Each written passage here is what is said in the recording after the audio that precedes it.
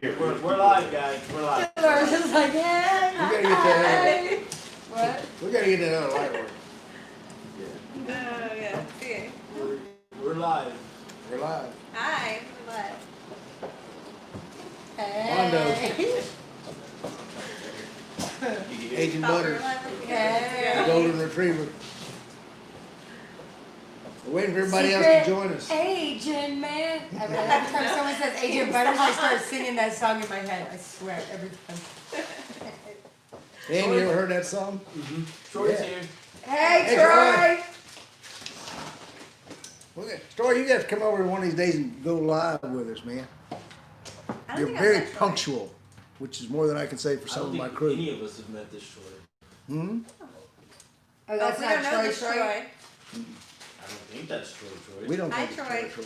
Hey, No. Troy, are you Troy, or are you just Troy? Oh my God, stop! I thought it was You Troy. got, Troy. you got two German two shepherds, Troy?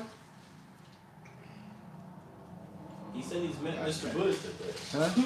He's met you. But I don't think it's that Troy though. It's not Troy. Different Troy. With It's the a thing different on Troy, Artemis. yeah. We have several Troys, is why we're asking Troy. Masad's here. He said, I'm Detroit. He said, I'm the Troy. That's, Oh, hey, that's that's right, that that is Troy. true, He don't- absolutely. He don't have the dogs though. It's not, yeah, it's not the one. He's the Troy. We're gonna. He's the Troy. The other one is the other Troy. Alright, Other Troy, yes.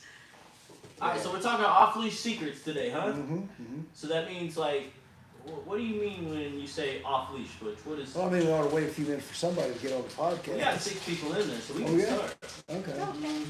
Because somebody told me last week they didn't get in for the first like 5-10 minutes because their doorbell rang or they slipped coming out of the shower or I forget what the story was.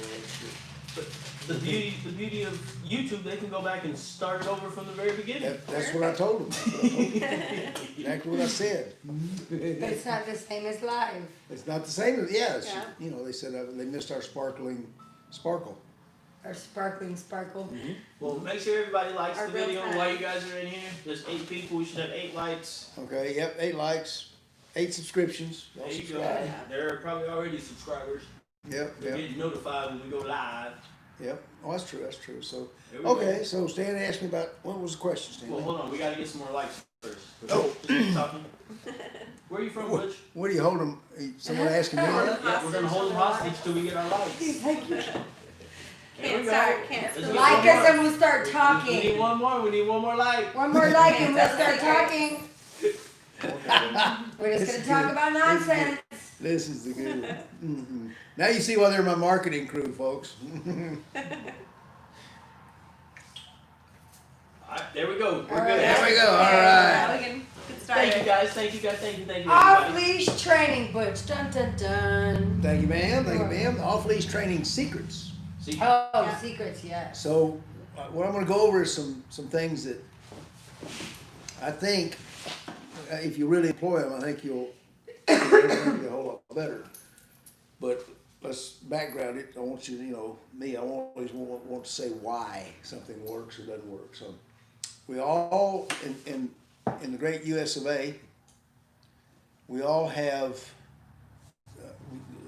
stages of training, right? There's obedience, then there's advanced obedience, and then there's off-leash advanced obedience, right? And so you go back to your trainer and you pay him every time you do one to the next, right?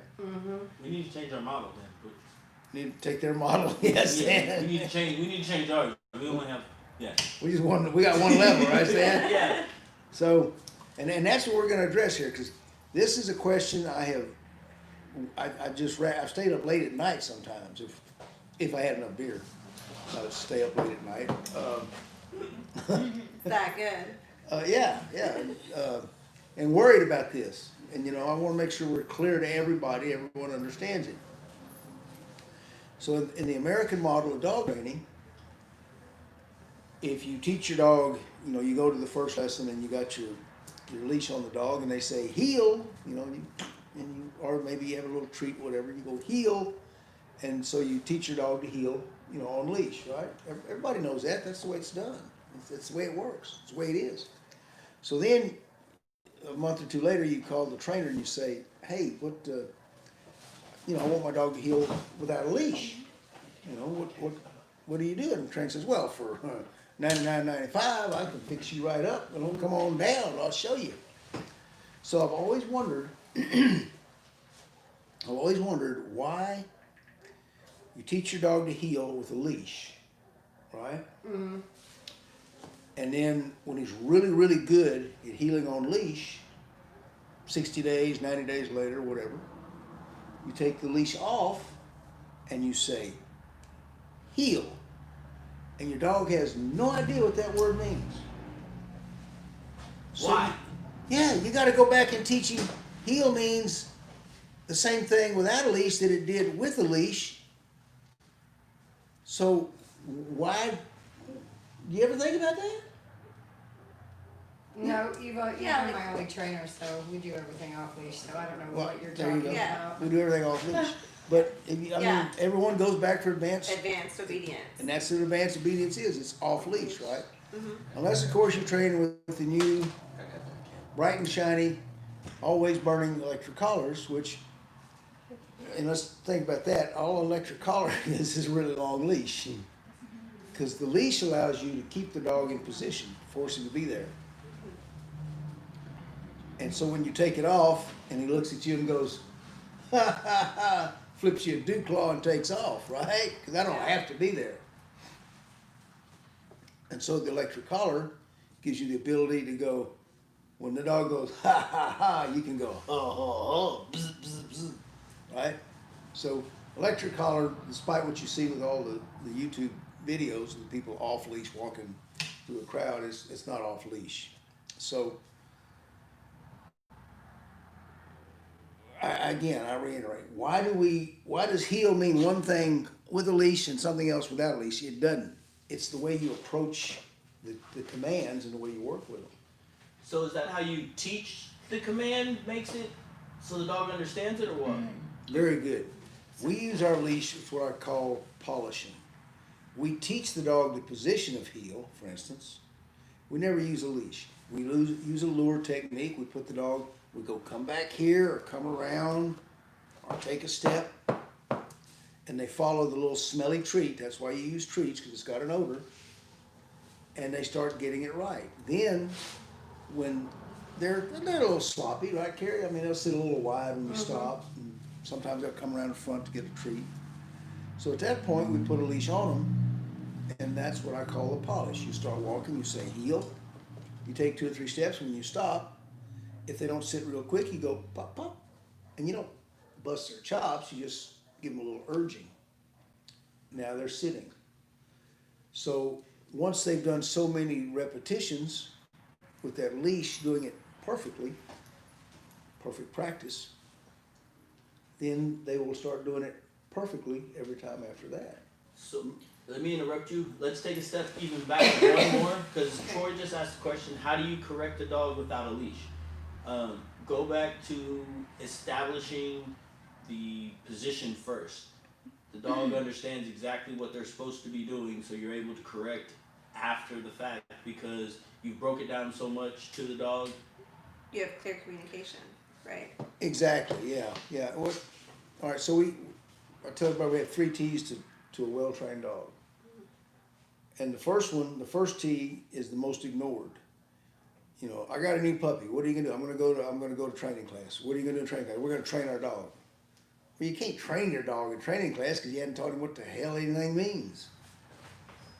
So what we do is, like Stan just said, we break it down, and the 3 T's are: first, you teach the position. This is where we'll use the odor of the treats. Everyone thinks treats are for a reward, you know. And then old redneck hillbillies will say, I ain't gonna give my dog treats, I want him to do it because he loves me. Well, he don't love you because you ain't fed that sucker in 4 or 5 days, right? To get him hungry enough. Anyway, so what you do is you use the odor of that treat to trace the path you want your dog to take. And he's eager to do it. And that's going to come up in a few minutes. I'll tell you why that's so important. He's eager to do it, so you get him pretty close. That's the teaching phase. Right now, if someone says your dog's not doing something right, take your leash and correct him, right? Your dog just peed in the house. So take your leash, give him a correction, right? So when he does something wrong, you're going pop, pop. Well, that's not a correction, because a correction means a change to something better. Discipline means to impose a penalty for a wrong behavior. So if he doesn't sit when you tell him to sit, or sit quickly, or sit in the right place, you can correct to teach him the right behavior. But when he pees in the house, you ain't gonna correct him, you're gonna discipline his ass. Period. No, pop, pop. So don't make correction the word you use for everything, and it'll change your behavior a little bit. So correcting means to reshape the behavior. So now we got this. First we're gonna teach. We're gonna spend a lot of time putting him, let's go with the heel command, putting him at a sit. When we say heel, he comes around, he sits. Heel, comes around, he sits. Comes around, he sits. Now I do it without a treat. And I'll just, when he's a few feet away, and I'll say heel, because for every one of the T's, there's a fourth T that comes. After you think the dog gets it, you test him to see if you're ready to move on. So now I'm going to say heel, and he's going to come around and sit. Good boy. He knows and understands the command. How long would you say that you should teach a dog before you start testing a dog? Until you feel like your dog is understanding it. There's no number. They're dogs. They're no different than us. Everyone is different. How long does it take to create a habit? They say that in humans, to break a habit like smoking, if you go without smoking for 21 days, you won't want a cigarette. So what I use is just the reverse. To teach a habit, I'm going to assume if you do it every day for 21 days, the dog will have this, let's all call it a habit. It's a conditioned response. That would be the scientific term. Yes, sir. Pavlovian. Mm-hmm. So I've done the teaching for, let's say, 21 days, if you want to put a calendar to it. Mm-hmm. Now I'm going to test him. Instead of having him sit right in front of me, have him sticking the lure in front of his nose, luring him back and around, I'm just going to have him standing somewhere over there. I'm going to say, hey, Fido, heel, and I'll always move. Whenever you want your dog to come to you, give him a movement so he knows where to go. I'll give him a movement, and if he comes and automatically sits, he passed the test. I have taught him what the word means. Now I'm going to start training. Training means repetition. And repetition is not just practice makes perfect, because practice does not make perfect. Perfect practice, that makes perfect. Sloppy practice makes a dog like Jamil owns. So Jamil doesn't own a dog, by the way. yes, I know. And if he did, it'd be really sloppy. So. Jamil's our director here, by the way, in case you don't know. So now you're in the training phase, and now this is where you polish. Because now the dog understands, I should have been right there, my shoulder should have been right at my owner's knee, and I should have been scanning everything in front of me to make sure no one's sneaking up on us. And all of a sudden, he looks at a butterfly, and you simply go, no. Little pop, pop. And when they go, huh? You don't want these behaviors to become something they dislike. So you go, hey, you looked at me, good dog. You give him a little pat. That's what I call the pop, pop, pet, pet method. So now you simply, everything is incremental. It's like chain links, right? You link that chain together. First, I told him to come and sit at my left side without a leash. Then I took a couple of steps, and I stopped and I said, sit, again with him at my left side without a leash. So I just added a step to my chain links. Now I'm going to go 5 or 6 steps. Adding another link. We'll go 8 or 10 steps. Now I'm going to go 8 or 10 steps. I'm going to turn right. I just added another link. We keep adding these links to our chain and making sure that the dog's enjoying what he's doing. And pretty soon the dog's falling through without even thinking about it. So do all these links require 21 days for every link, or it's just... No. Only the initial, teaching the initial behavior, the initial movement is going to, 21 days is a good marker. Obviously, we train all our customers' dogs in 2 weeks. So obviously you can go, and we get some dogs that ain't learned nothing in their whole short life. But, you know, you can speed it up by getting in more reps. Okay. That's what Linda just asked. Teaching and training together takes 21 days. That's a good time frame to put up. You should, if you put that up as your sort of your marker, that should tell you what you want to do. Which with that being said, can you, depending on the dog and how he is, and how quick he learns, you're saying you can actually contract that or expand that, Yeah. however it works, how the dog is behaving when you're training, you're teaching him. Right. Okay. All we want to do is make sure the dog understands what the word means. Remember, we speak English. That's what Stan's mama taught him, not you. Ben voyons, I thought so. Yeah. So, you know, we're speaking English. Your dog's mama taught him Doglish. So, in order for y'all, you've heard me say this before, in order for y'all to have a better relationship and for him to be well behaved, you got two choices. You teach him English or you learn Doglish. If you teach him English that he clearly understands, then you're going to have a really good dog. If you learn Doglish, you're going to have an even better relationship with your dog. But if you learn Doglish, then every time you meet new people, you got to sniff their butts, and then people are going to think you're strange. Me? What? That's how Dolores greets people. I did not treat people like that. Don't listen to Stan. Laura is our Doglish scholar, in case anyone. No, funny. no. So but there's a tool that you use that helps teach the off-leash obedience from a distance. Flexi lead. How do you incorporate that into the off-leash training? Go, Agent Butters. Okay, I missed the question.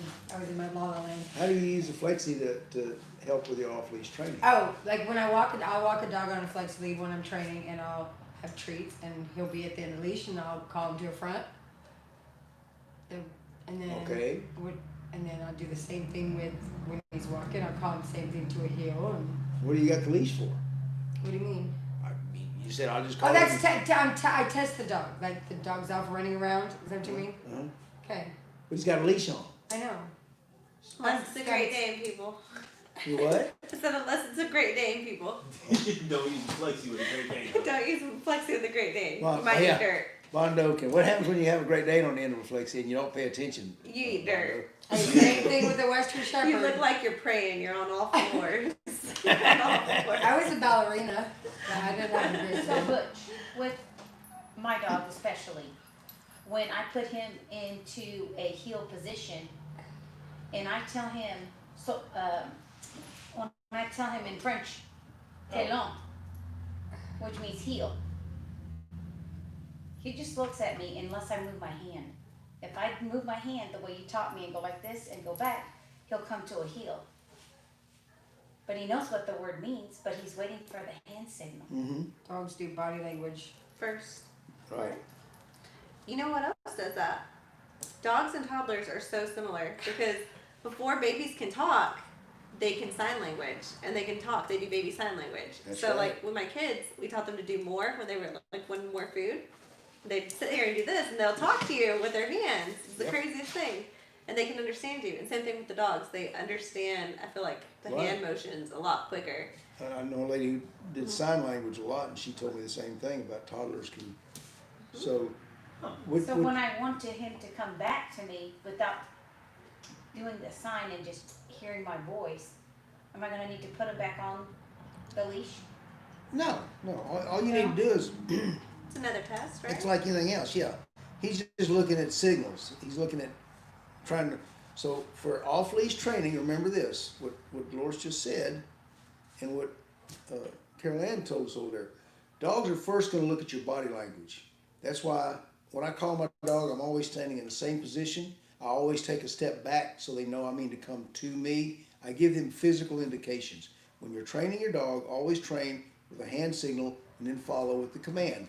Down, sit, stay, heel. Your hand signal is going to help them start realizing the importance of the sound. And eventually they'll get it. Your problem is Titan, your Doberman's smarter than you probably, and he just, I'll just make her do her hand signals. So you gotta. He does everything. You gotta I just watch gotta go like this, Mm-hmm. this, Mm-hmm. this. Mm-hmm. So and So he just does not remember- have to talk.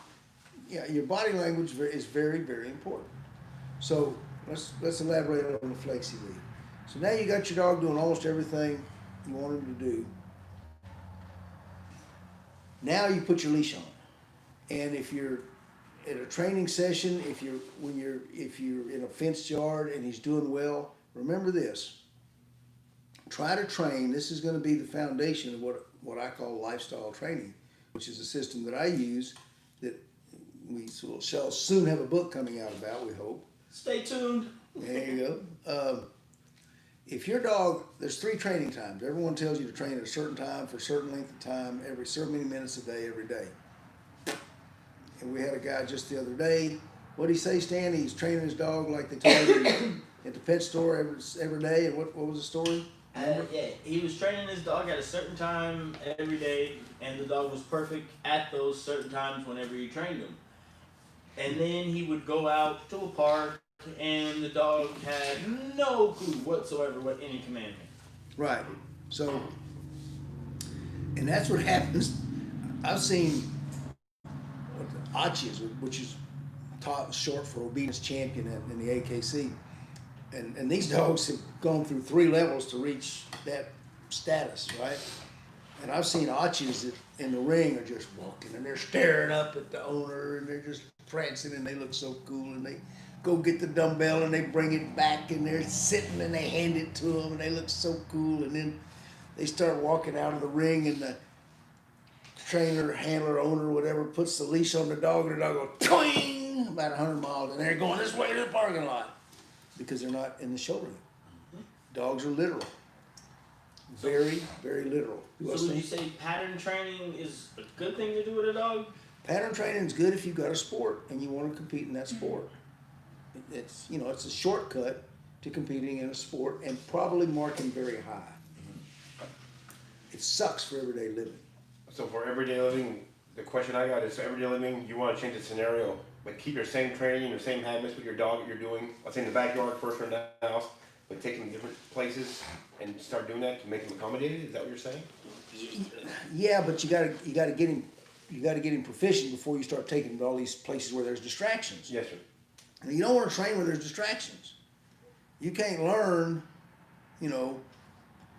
if I take Jamil down here to go buy a couple of calculus books and advanced trigonometry books and say, come on, Jamil, and then I take him to the girly club, say, hey, read this book.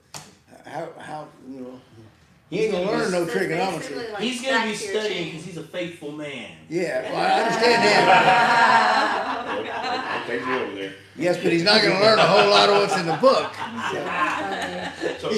So would you say that proficiency at every level, it's like a level, are you saying? You do Kind of like the No, chain, you add no. a link. It's kind of like what he was saying. Well, yeah, you're Keep gonna add a adding link. So But think about once this. you pass the backyard, Yeah, how did the caveman train the wolves?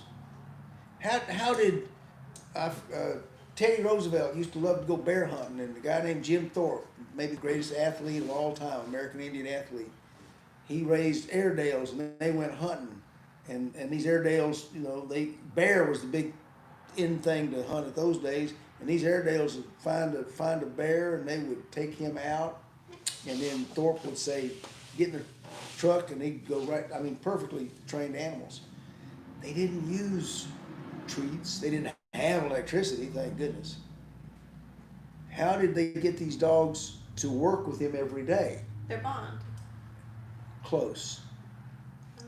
This is my theory. I'm not going to say I'm right, and I'm certain there's going to be certain biologists or scientists that'll tell me I'm just loony. But if you incorporate your dog into your everyday life, dogs want to please. They don't want to be alpha. They don't want to be dominant. They don't want to be the pack leader. They want to please humans, because when they please a human, they get rewards for it. It's what they've done for 10,000 years. It's in their DNA. They can't help it. So, you give them the opportunity to be successful so they can please you, and you can reward them for it, and the reward can be something as simple as good boy. But what you also want to do is you want to do your training when they're having something they enjoy. 3 times: mealtime, playtime, and walks. If every time my dog who's hungry hears the word heel and they come sit beside me and I put their food bowl down, and then we go out on a walk and I say heel and they come and sit and I throw a ball for them or give them a tug, something they love, or if we're out in the backyard and I got my ball and I go down and now I throw the ball for them, what I believe happens biologically, physically in the dog's brain is, we got people looking in the window at us here. We're like the Today Show, we got people in the plaza looking at us. What I believe happens is in their brains, She they said she move. was getting a play with her dog. There really were people there, I promise. What I believe I think we happens caught one of them. is the excitement of what they're doing at that moment, because they condition so easily, that command becomes every bit as much fun when they hear it in a store. The command is as much fun when they hear it when they're running 20 miles an hour chasing a squirrel, and they'll stop. You're integrating into their life. That's exactly it. Good way to put it. So Butch, to add on to that question that Scott had, we used to do, me and Rocco, or Rocco and I, for proper grammar sake, we would do perfect in the yard, correct? And I asked you, how do I get him to be better other places? Mm-hmm. And you told me, when you stop and get gas, Stan, let your dog out and do obedience. When you're going to Walmart, Stan, get out and do some obedience with your dog. So those little short, literally 4-minute, 30-second sessions Mm-hmm. did wonders, because he is doing the same things that we do. We have a lot of fun whenever we're working. He's doing those same things in different environments. Right. So you want to make yourself the most fun in the dog's life, Right. in several scenarios for short bursts. Exactly. Just like Scott said, include them in your everyday life. Mm-hmm.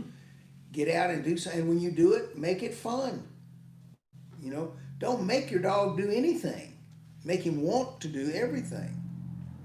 This is the way to do it. You know, I've got some pretty tough, hard-headed dogs, and you know, I think anyone that sees them, they're always impressed. Well, you know, I never raise my voice. I never have to. Dog's hearing is 10 times better than ours. Why are you yelling at your dog? So if you put them into your everyday life, my dogs have always been participated in anything and everything I did. Before I was dog training full time as a professional, when I was training and working with horses, my dogs were still right there joining everything I did. Every facet of my life, my dogs were included, because I didn't have any friends, no one else would hang around me, so, you know, so I had my dogs, man. We know the feeling, Butch. We know the feeling. Yeah, so, you know, so that's what you do. First you teach, then you train, repetitions, then you test. But you make sure they're always successful, and everything you do gives you the opportunity to praise that dog. So would you say in your normal life, when you're playing, it's kind of your obedience training and Absolutely. playing is like a reward for them just to play. Exactly. They're mentally stimulated. Yeah. Okay. And the one thing we know about dogs is they are really, really, really good. There's observational learners, you know, people who learn by looking. There's mental learners who like study something, and there's learning by association. Predators, all predators, land predators especially, maybe not so much the birds of prey, but land predators are all associative learners. If they do something that gets them a meal by going to this spot and waiting for so many minutes, they know exactly the hour they went there and exactly where that spot is, even if they've been gone for 6 months and then they come back to it.